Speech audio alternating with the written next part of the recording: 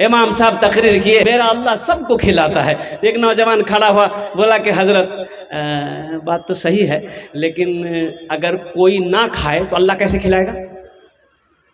بولا کہے کھلائے گا، اللہ سب کو کھلائے گا۔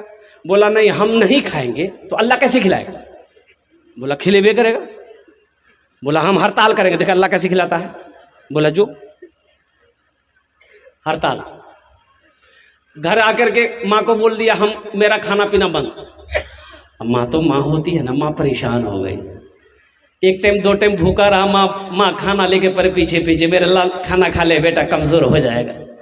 نوجوان لڑکا کھا لے، ماں سے بولا کہ نہیں میں نے اسٹائی کیا ہے، دیکھیں اللہ ہم کو کیسے کھلاتا ہے، ہم کھانا نہیں کھاؤ جو لگ۔ تو ماں پریشان جب کرنے لگی، یہ نوجوان سوچا کہ گھر میں رہیں گے ماں پریشان کرے گی، بستی کے باہر جنگل تھا، بولا جنگل میں چلے جاتے وہیں رہیں گے، وہاں کوئی نہیں آئے گا، کوئی پریشان نہیں کرے گا۔ جنگل میں جا کے سو گیا تو اس کی ماں بہترین کھانا بنائی، خوشبودار کھانا بنا کے تھال میں سجا کے جنگل چلی گئی، اے میرے لال کھا لے میرے بیٹا۔ نوجوان نے کہا کہ مطلب کہہ لو نا کھانا نہیں کھاؤ، رکھی دے، ماں رکھ کے کھانا چلی آئے گی، بھوک لگے گی کھا لے گا۔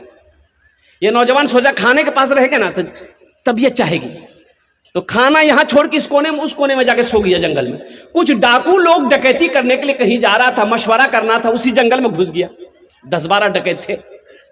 تو دیکھا کہ اچھا کھانا کا خوشبو، ارے باپ تھال میں بہترین کھانا ہے، آدمی کوئی نہیں ہے۔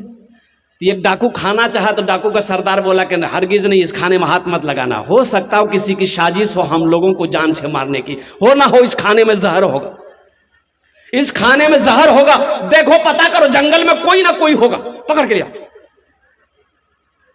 ڈھونڈا گیا، دیکھا وہ سویا ہوا تھا، پکڑا کالر، بولا چل سردار بولا ہوئے جو۔ سردار پوچھا کھانا کون رکھا؟ بولا ہم رکھے۔ بولا کھایا کاہے نہیں؟ بولا نہیں ہم کھانا نہیں کھائیں گے۔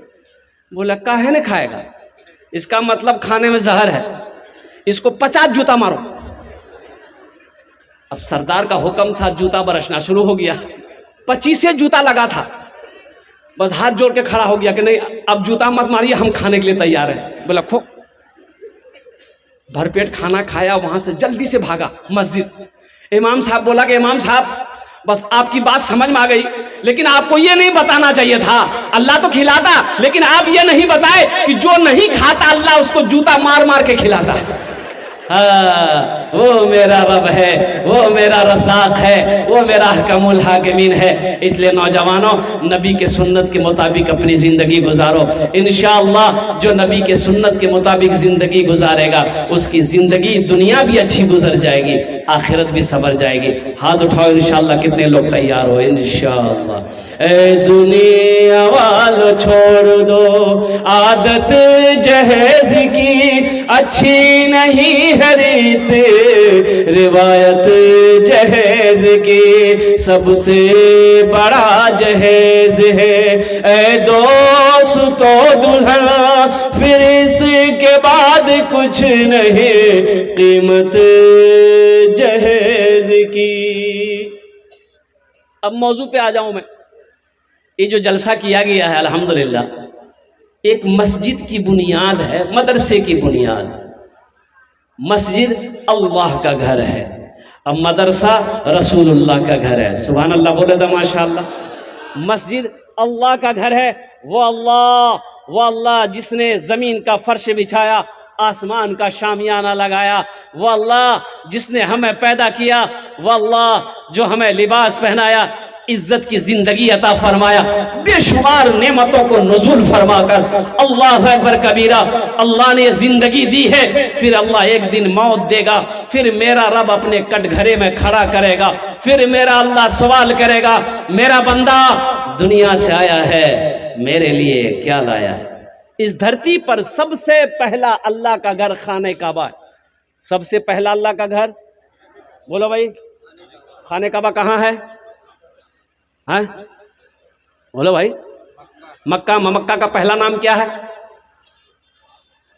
مکہ اگر پہلا نام کیجئے گئے بکہ، بولا بھکا،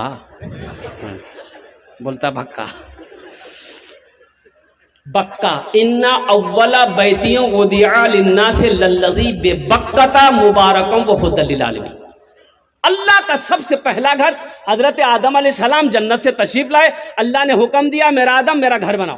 ایک بات یاد رکھیے گا، اللہ کے محبوب تشریف فرما ہے، ایک صحابی نے عرض کیا یا رسول اللہ دنیا میں سب سے اچھی جگہ کون سی ہے؟ تو اللہ کے محبوب خاموش ہیں، حضرت جبرائیل تشریف لائے۔ تو آمینہ کے لال نے پوچھا جبرائیل دنیا میں سب سے اچھی جگہ کون سی ہے؟ تو حضرت جبرائیل علیہ السلام نے فرمایا کہ یا رسول اللہ مجھے بھی پتہ نہیں ہے۔ بولا جا تو اللہ سے پوچھ کہ دنیا میں سب سے اچھی جگہ کون سی ہے۔ حضرت جبرائیل علیہ السلام تشریف لے گئے، اللہ سے پوچھا کہ مولا دنیا میں سب سے اچھی جگہ کون سی ہے؟ قربان جاؤ، میرے اللہ نے جواب دیا کہ جبریل جا کے میرے محبوب سے جا کے کہہ دو دنیا میں سب سے اچھی جگہ مسجدیں ہیں۔ سبحان اللہ، بولا تھا ماشاء اللہ، دنیا میں سب سے اچھی جگہ مسجدیں ہیں۔ آگے آمینہ کے لال نے ارشاد فرمایا سب سے بری جگہ بازار ہے، سب سے اچھی جگہ مسجدیں ہیں۔ ایک بات یاد رکھیے گا، جو مسجدوں کے اندر داخل ہو جاتا ہے وہ اللہ کا مہمان ہو جاتا ہے، اور جو مسجدوں کو آباد کرے گا اللہ اس کے گھر کو آباد کرے گا، اللہ اس کی زندگی کو آباد کرے گا، اور جو مسجدوں کو چھوڑے گا اس کے لیے تو مصیبت ہی مصیبت ہے میرے بھائی۔ ایک بات یاد رکھنا، حضرت آدم علی نبی جناب علیہ الصلوۃ والتسلیم کے ساتھ حضرت جبرائیل امین علیہ الصلوۃ والتسلیم بھی جنت سے آئے، خانہ کعبہ کی بنیاد رکھی گئی۔ اچھا وہاں سے ایک پتھر بھی آیا تھا، وہ پتھر اب بھی موجود ہے، دیکھیں گے انشاءاللہ۔ ارے دیکھو بولا وہ پتھر چھے، دیکھو دیکھیے گا 5 لاکھ کا خرچہ کرنا پڑے گا، تو پتھر یہاں تھوڑے ہے، مکہ میں ہے۔ اس پتھر کا نام ہے حجر اسود۔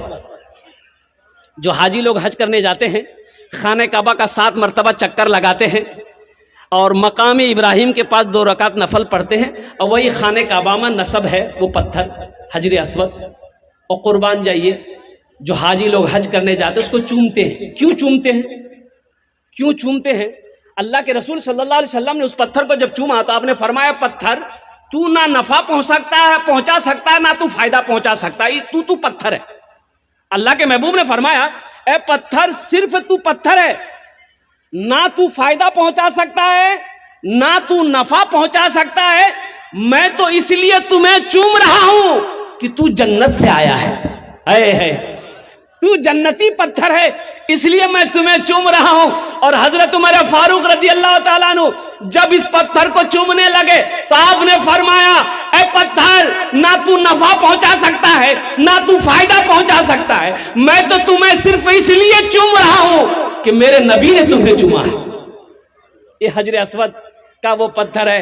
قربان جائیے طوفان نوح آیا، بڑا طوفان آیا، ساری دنیا ختم ہو گئی۔ حضرت نوح علیہ السلام نام سنے گے نہیں آپ لوگ؟